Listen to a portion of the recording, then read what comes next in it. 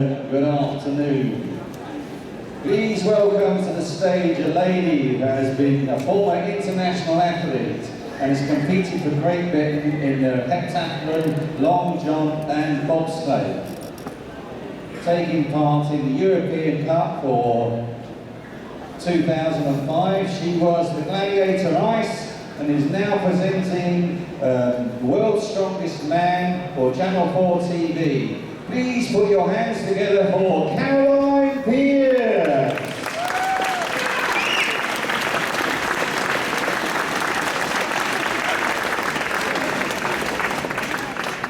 Hello, welcome. Isn't it a great show so far? Yeah. Brilliant. A bit more energy. Are we enjoying ourselves? Yes. Good to hear. Sorry we kept you waiting a little while, but I assure you it will be worth it.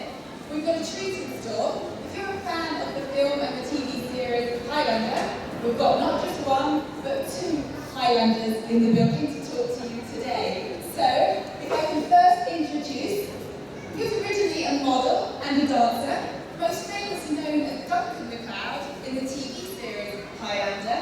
He's also starred in the spin-off film Highlander Endgame and several TV series, film roles and producer roles. Please welcome Adrian Paul.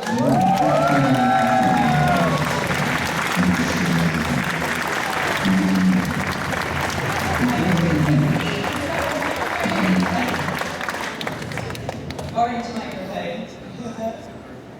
Take a seat. My next guest, we have another Highlander, most famously known as Connor MacLeod in the hit film The Highlander. He's also played Tarzan in Greystone, the legend of Tarzan, Lord of the Apes, and the thunder god Raiden in the first movie adaptation of the video game Mortal Kombat. It is the star, Cristopher Lambert.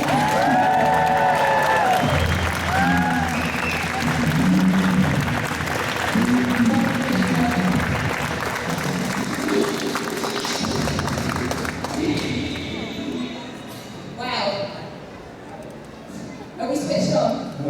Give it a go. Hello. Fantastic.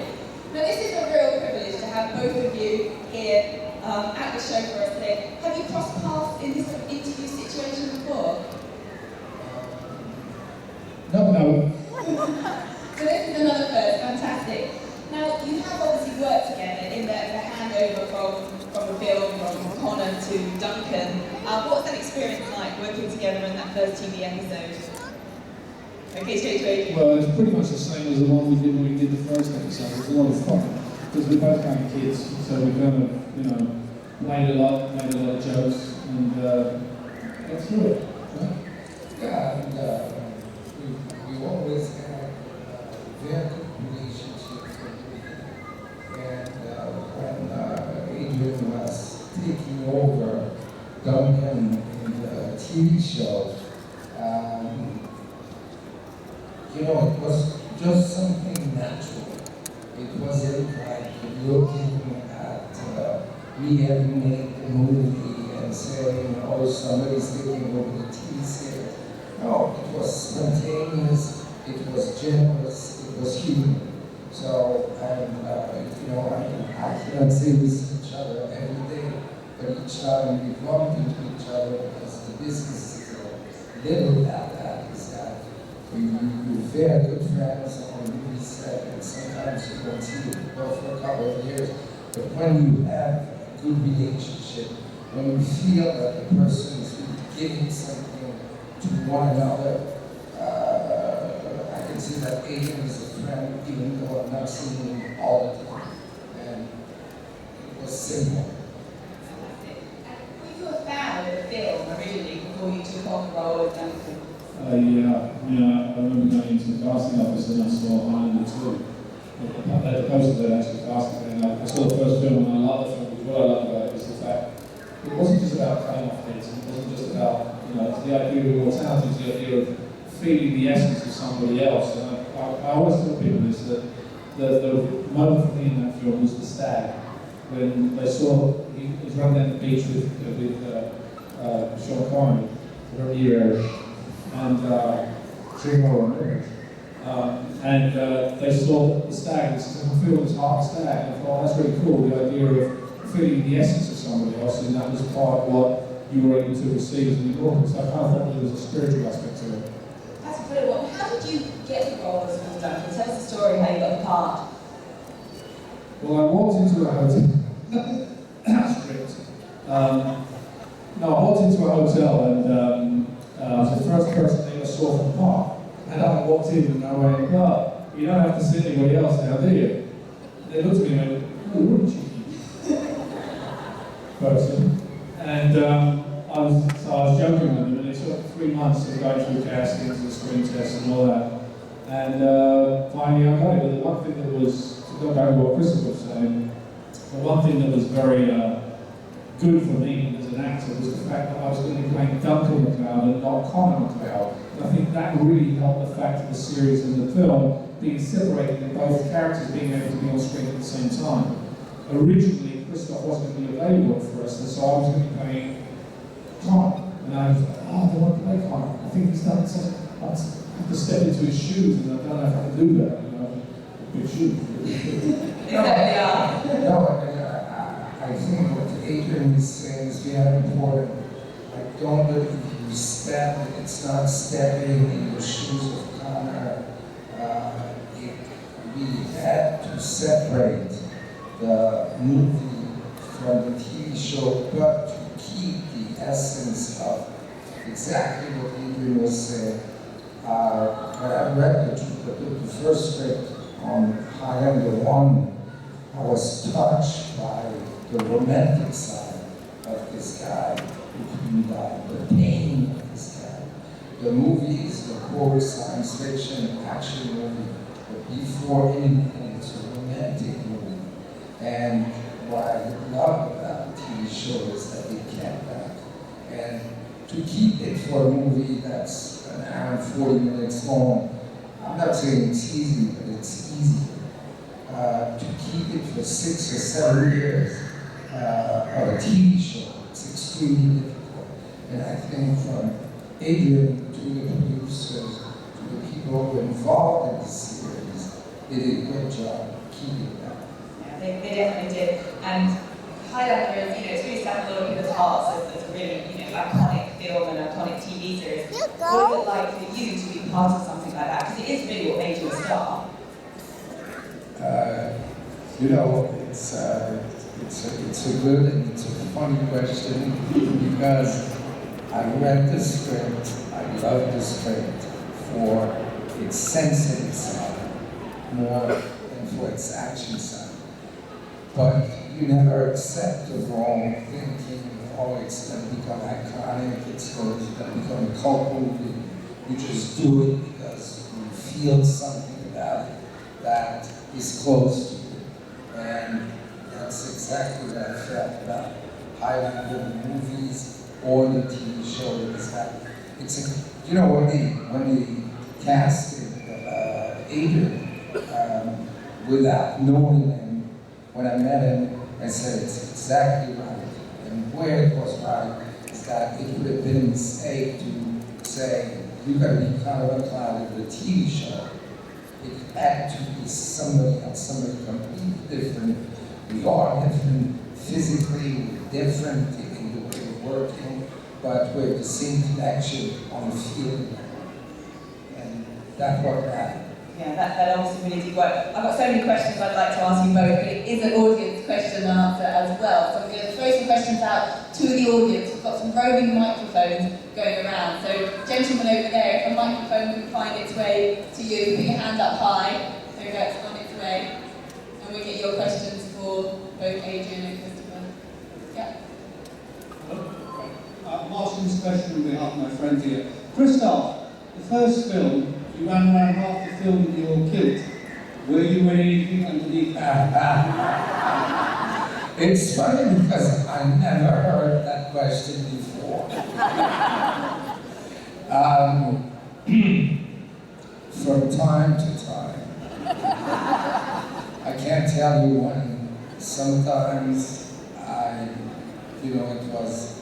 when it was really fresh, I had something.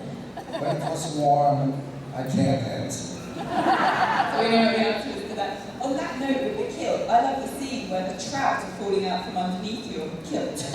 Yes. The fish are falling out from underneath the kilt. Yes. Is that real? I mean, how did they simulate that effect? How did it feel? No, it's real. Feels good. Is that something you've told me? No, I'll talk to you about it later. Next question. The gentleman at the front here. You need roller skates to get around with the microphone. In the front here, if you put your hand up to the red top. Okay, what's your question, sir? For Cristopher Lambert, did you enjoy doing the video for Princess of the Universe with Queen? So, yeah, I can't tell you. First of all, Queens was and is, no matter what. Unfortunately, Freddie's not here, but it's one of the top 10 rock bands in the world, and Freddie Mercury is probably the #1 top voice that ever existed in the rock music. Not to mention that because before that, he was an opera singer. The meeting was great. I missed my plane, and I arrived 5 hours later than expected. The thing is that Freddie was 15 hours later than me. So, I no deal. Great guy, extremely professional, late maybe, but when he was on stage, and what was amazing is that it's a dream come true. We had a private rock concert for about 50 people, 50 members of the crew, for 48 hours non-stop with one of the best rock bands ever. And again, the guy was so human, the guy was so generous, the guy was giving everything. And, it's impressive. It's impressive. I had a great. You know they've reformed Queen, right? They're doing a tour in the United States at the moment. Just they got a guy actually who looks like Freddie Mercury. I looked at him as a younger version, but they're doing another tour now. They're playing all the Queen songs. They had it on American Idol. All the idols had to sing Queen songs, and it's quite kind of interesting to watch. It must be quite emotional for you now to hear the music, because obviously it was such a big part of the film. I mean, does it still strike a chord with you when you hear the songs now? Yeah, definitely. And for me, it's to prove that, if you're talking about music in general, why is classical music still actual? It's because the quality was so high that it doesn't age. Why is the rock stars from the 60s, 70s, 80s, people like Queens are still actual? And, the generations that's been listening to that music, today 12 years old, are listening, thanks to that, more to people like Led Zeppelin, Deep Purple, Rolling Stones, the Beatles, Queens, the Doors, because the music is coming from the heart. It is not supermarket music, it's real music, it's real work, it's genuine music. And of course, when I'm listening to whatever Queen's album, it's ahead of its time. It's better music than what I'm mostly hearing today on the radio. Truly wonderful. Question there, gentleman at the back with his hand up. There we go. Can you tell us how you came to design the dagger for Endgame that I've got here? Would you like to demonstrate for us? Did you say the dagger from Endgame? Yeah, I'll do it. You're holding it. That bothers me. Oh. Very gently. Oh, this one. Yes, absolutely. This was this dagger actually is very heavy. It was actually when they were doing Lambert and Adrian. This dagger they brought out. It's two-handed heavy. I did a lot of knife work. As some of you may know, I did martial arts for 20. I've done martial arts for about 23, 24 years. And I wanted Duncan McLeod to be able to use all other stuff, open hands, sword and everything else. So they designed a dagger, and this was the prototype for it. It's so heavy on it, you couldn't do anything with it. So a lot of the stuff that you're actually using it for, you couldn't, it was impractical. So that's why this one ended up on the shelf and they designed another one. You want it back? No, Adrian, keep it. Show us your skills. What was I supposed to do that? Wave it around? Oh, I signed it too. Look at that. That's why, keep it, keep it. You know, I mean, the idea with dagger is the trouble with it is it's not, it doesn't have the weight in it. Usually a dagger's weight is in this part of the handle, usually down here. Look how it's dropping. So it doesn't, it's too heavy to use. Wanted to flip it, move it, you know, do all this stuff with it, blocking it like this, but it just didn't work. Anyway, all the weights in the handle, yeah. Adrian, you did all your stunts yourself, if I'm correct. Yeah. What was it like training for that? You don't train for stunts, you just hope it goes right. So you didn't have a stunt back? Yeah, I did, but he kept saying, can I do something, please? I used to do a lot of physical stuff, I like doing it, and I always remember Cristopher when we did the first episode. He had the fight against Richard Mall. Yeah. And Richard's a big guy and just like slap and stuff like this. And he said, no, I'll give myself there to do a couple because I can just see where this is going. Because it was night, you've got lights, and that's when you get problems. You know, and but stunt guys, you know, they teach you a lot when you watch them do stuff. You know, they teach you a lot. I just like being physical because I figured, you know, I like doing it, so why not? You want to see the style show doing, so why not? But you know, these days I'm beginning to regret it. And Cristopher, am I correct that you have quite severe short-sightedness? Yeah. And you can't wear contact lenses, so you did a lot of your scenes blind? Well, with that, my classes are pretty fine. But it's exactly what Adrian was saying, is that it's a matter of rehearsing. When we did Highlander 1, started to rehearse with plastic swords, wooden sword, aluminum swords, and getting heavier and heavier. But that was after 10 weeks, 12 weeks, 14 weeks of work. What was great is that when Adrian was saying that in some ways he's probably training and practicing much more than I do. First of all, he likes it, and he was very helpful in Highlander anything, because in some ways I was trusting his way of doing things, who was in a very cautious way to start with, because he knows the danger. So I was having much more pleasure and much more willingness to train with Adrian. And sometimes some guys are great, sometimes there's some show off, not saying this, and just go full blast, full full whatever. When you have 40 tactics, you know, that's going on in your head, I'm telling you, two solutions. Either you get out, or you gotta be really prepared. And it's not a matter of how strong the blow is, it's the way you sell it. And Adrian, on that level, was a very good guy in time before. Because, you know, I had a lot of cuts. Did you, I was going to say, did you experience any injuries, either of you? I had no cuts on Highlander 1, I had a lot of cuts on Highlander 2 because it was in control.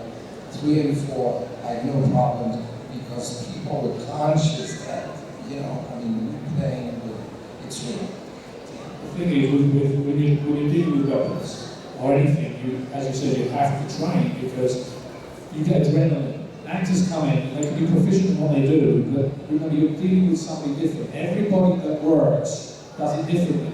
So this might be different from one person to another. So you have to practice. On a TV show, you don't have that time to practice sometimes. So you've got to know that you have to be able to pull a blade, you don't do this. You cut it like this, so you stop. So those are techniques that, when we work together, we understood. If somebody does it, you be very, very careful on how you move forward in that fight.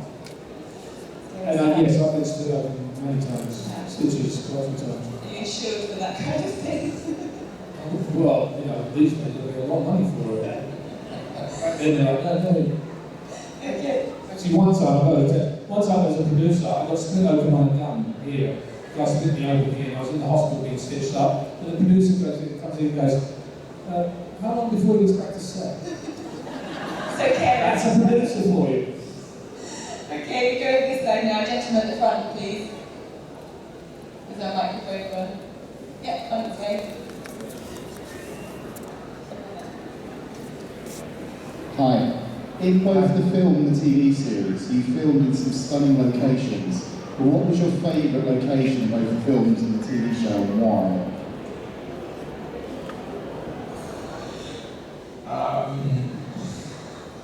Gotta tell you that I've got a huge preference for Scotland, for the roughness, but mostly for the people. What you see is what you get. They're down to earth. They give you everything they've got. The landscape is unbelievable. And what struck me in the first one is, in that Scotland, you have 4 seasons in one day. So forget about continuity, you just shoot.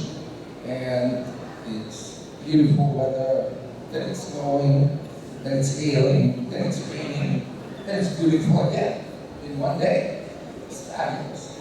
So my favorite location for Highlander, not because of the name of the movie. I was stunned by Scotland. I didn't know Scotland, and I discovered something that's mine. Do we have any Scots here? Something nice. No, I love Scotland actually. It was exactly the same thing as Cristopher did. I actually directed some of the Highlander episodes. The very first one of season 3, which was Highlander, and we actually went to Scotland to film it. It's the end of the season before, and Scotland was fantastic. I mean, really, the views you get, the thing you get for film is beautiful. And like Cristopher said, the people are really nice up here. I didn't spend time in Glasgow, but I think they're feeling really proud. You like Scotland, the place, but the accent, I mean, you did it so well. How hard was No. it to Well, first of all, I had 2 judges. I had my voice coach, because I practiced for about 16 weeks, just the cutting clap part, the Scottish part. And then I had the legend, Sean Connery. It was like, it was pretty amazing. French-American guy is playing a Scotsman, while a Scotsman is playing a Spaniard. So from time to time, Sean was looking at me saying, Cristopher, this is not right. And then, so I took voice coach on the set, and he was great. He was great. And when it was right, he was looking at me in approval, saying, you did good boy. And otherwise, I had my voice coach. But it was interesting because I think what's great about being an actor is suddenly you're a French guy playing a Scotsman, and it's a matter of practice, it's a matter of work, it's a matter of belief. And I love that part, and I was really ready to break my to get it, to succeed, to make it right. Just not to betray what the part is about, not to betray the Scottish people, and not to especially the Scottish people, because it can be hard and dangerous. So if they don't like you, they punch you. So I want to make sure that they were happy about the movie, and so far so good. Can you stand and say one of your classic lines with your Scottish accent for it? Do I have to stand for that? I was thinking add more to the occasion. But what kind of line? There could be only one. Oh, what a surprise! There can be only one. You know, when you're going to get somebody else, I'll tell a story, I've never told Cristopher before, we'll probably do the episode. But anyway, when I was doing the very first episode, Can I have the knife? okay. I have the knife. So when we were doing the first episode, Highlander, I'm trying to find out, what's it like to hear immortal. The people said to me, did you ever ask Cristopher stuff? And I said, well, we talked, And I always remember we were doing a scene inside the loft in the kitchen. You remember that scene? And, Cristopher's talking like this, and he gets to this part where he's like, he starts talking about the past, about his woman that died. And suddenly, Cristopher went into this. 300 years ago, I went, oh my God, you just became an old man. And I went, oh, that's what it is, it's that thing he's got inside. Oh, that's interesting. That's really, he was talking like this, and it's like, that's 300 years ago. It's double-edged. What the agent is saying is very funny because I speak it live the way I speak. But it is true that as soon as there is a longing, as there is something, my voice changes. And it's not that they are the one, it's in general in the movies. People saying you don't exactly have the same voice in life that you have in the movies. But it's a matter of part. It's a matter of what you feel about the character you're going to become. And that's all. That's it. Who was it that was waiting? You said someone was waiting for you. He's got his hand down that shirt. He probably forgot what he was going to say. That's I saw you with your hand up for a while. You were like, I'm getting tired over here. I'm going to put it down. I'm just wondering if Mr. Lambert would say Heather to anyone? See what? Heather. Heather. Heather. Heather. Heather.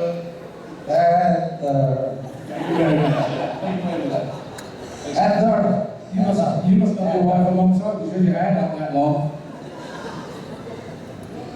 Very good. And gentlemen at the front here.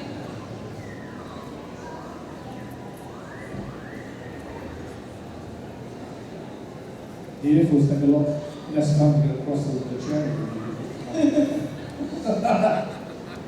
Sorry about that.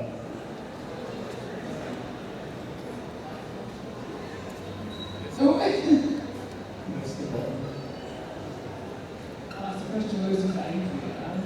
How much control do you have over your character? Because Colin McLeod, Duncan McLeod's very straight, his moral values are quite high. And if you ever got on the wrong side of it, you'd be out of the door. Like Richie Ryan and Meat Boss.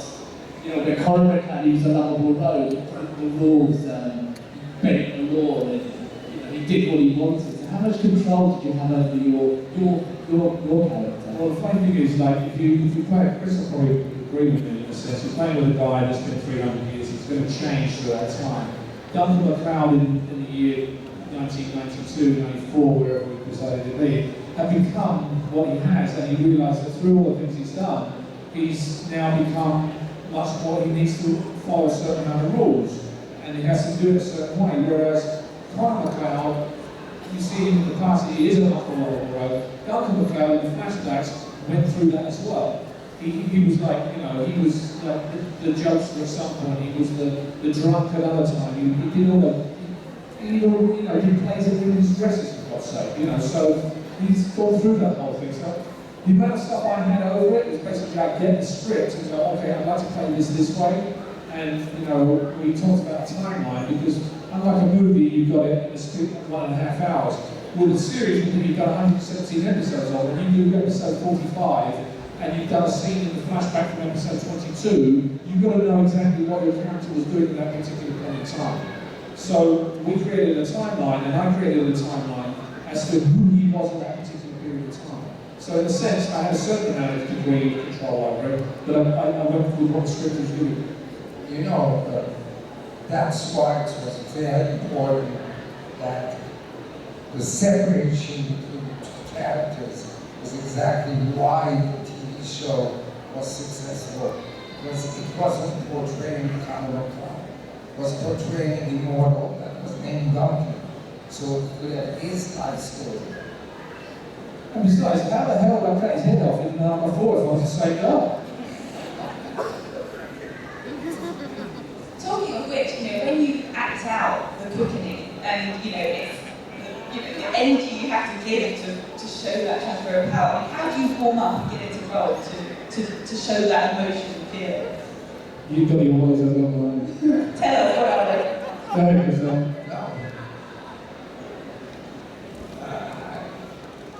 You don't think that's exactly, no matter how long you rehearse a big fight, when between the rehearsal and the moment you do the thing, the director says action, if the mechanical stuff is not in your mind, you definitely will fuck up. So that's why you rehearse 10 weeks, 12 weeks, 14 weeks, because at action, you're not yourself anymore. So you need to have something automatic about the moves, about the way you protect yourself. That's why you rehearse. It's exactly the same. You're asking me how you do it quickly. I have no idea what I'm doing between action and cut. And after cut, I'm myself, and that's it. But between action and cut, I'm the other guy, I'm somebody else. And most of the time, when the director calls cut, just wake up and you go back to something else. When you call, that's personally, I can't explain. Even though Colin Cloud has had more kills, I've done more quickenings. Because I had 117 episodes to do with it.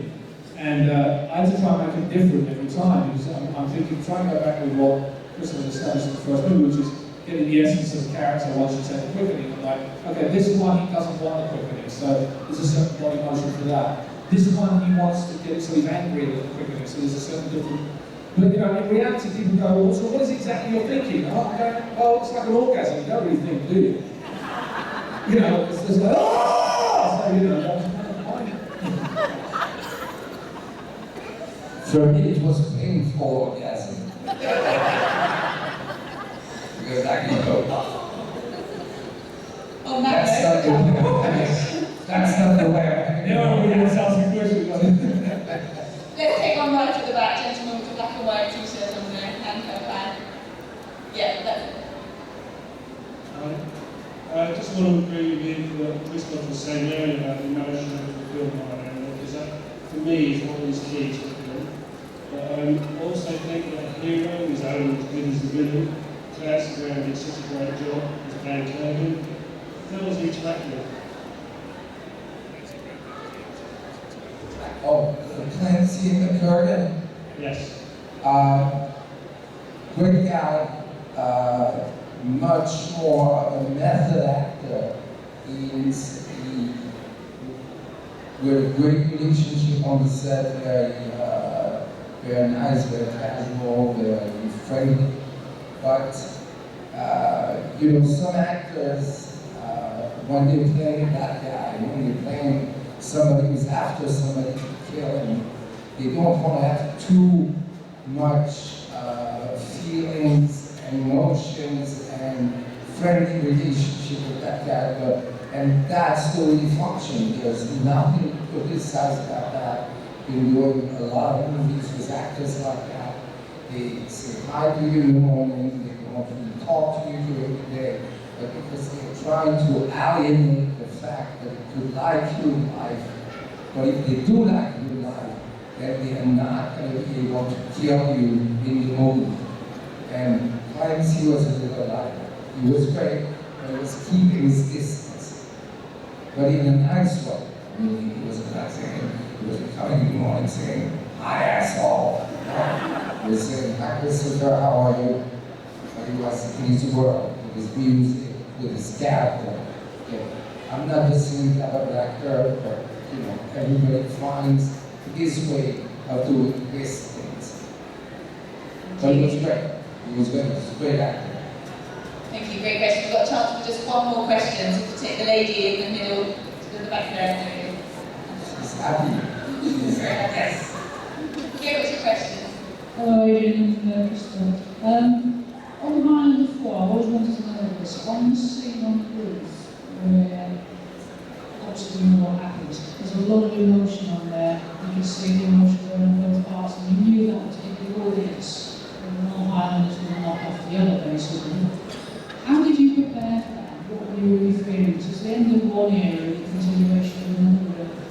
It was very emotional for everybody watching, so it must have been for you to the fans as well. Yeah. Yeah. You're right, it was emotional because, Adrian's had been doing and was still doing what was just finished a lot of episodes. I've done 3 movies before the last one, and suddenly a lead actor that's been a big part of your life. But I think the power of everything is the acceptance that, something's going to come to an end. I was happy it was with Adrian, and I think the way the movie was built was right, is that the whole story was that whatever this guy was saying in Highlander 1, saying, you know what, you have to keep on walking, you have to keep on going. It's been 450 years of joy and pain. And at one point, I understand that you can be tired. In number 4, Caroline Pearce was tired, saying, listen, without the power of Highlander, you're not going to be able to win against evil. So I won't let go. That's the way I think. So yeah, a lot of emotion, but a lot of joy of doing it with someone that I care about. The funny thing is, for me, it's a totally different position. Because I was having to go and kill Cotton McLeod, and somebody's going to give me shit for that somewhere down the line. So they better feel for me for what I was going to have to do. I mean, let's be honest. I mean, I'm following into somebody else's footsteps. So for me, it was somebody like killing my brother, and I had to get the audience behind me to go. He had no other choice. I don't like the fact, but he had no other choice. In actual fact, that scene was shot not in one location. We actually shot in. First of all, we were supposed to shoot in Romania, and Bruce Bruce Lee, he got ill, so all the choreography we'd done from the set in Romania, we then shot 2.5 months later to re-choreograph everything for the rooftop in London. And then that didn't get finished, so we ended up shooting the rest of it in Luxembourg. And in actual fact, part of the close-up stuff was not even on the roof. And I said to him, don't do this, don't do this. This was all in a sound stage this close. So it was really weird to try and piece all of that together. But I think it worked in the end, because I think the moment was all what Highlander was about. It's about, what Cristopher said, feeling. It's all about emotion, and that's why the series of the film does so well, because it has romance, it has history, and they feel for that, they understand what that's all about, to be that in all their lives. I think that's a great way to end that story, and that's fantastic. Sums it up very nicely. It's been an absolute pleasure to have you both on the show. Thank you. Thank you.